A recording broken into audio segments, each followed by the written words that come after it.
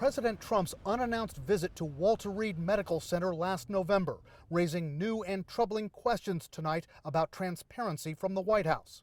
In a forthcoming book obtained by CNN, New York Times reporter Michael Schmidt, not revealing his sources, says Vice President Pence was put on standby to temporarily assume the powers of the presidency if Trump had to undergo a procedure that would have required anesthesia.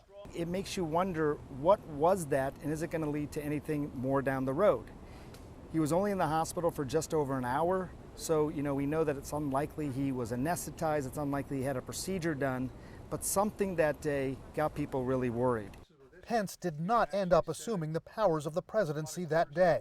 At the time of Trump's Walter Reed visit, the White House called it routine. A former White House physician who served under Presidents George W. Bush and Bill Clinton says there could be a straightforward explanation. The president travels. The job of the military unit, the medical unit, is to make sure that all contingencies are covered. So we don't know what the details of this reported have the vice president on standby. This may have just been the routine. Okay, the president's going to the hospital. Let's make sure we've got all of our standard operating procedures in place. Today, Trump tweeted, "It never ends," and denied a suggestion from a fringe author that he'd suffered a series of mini strokes. Trump's White House physician, Dr. Sean Conley, also denied that, and in a statement today said, "The president remains healthy, and I have no concerns about his ability to maintain the rigorous schedule ahead of him."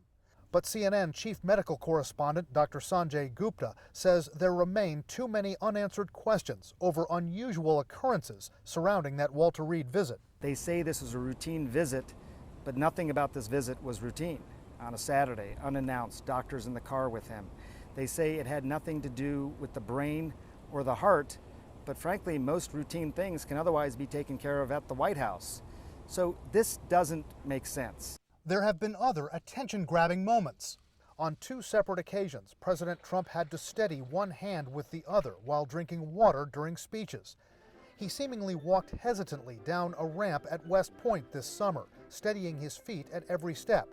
He made an unfounded claim at the time that the ramp was slippery and he didn't want to fall in front of the, quote, fake news. This was a steel ramp. It had no handrail. It was like an ice skating rink.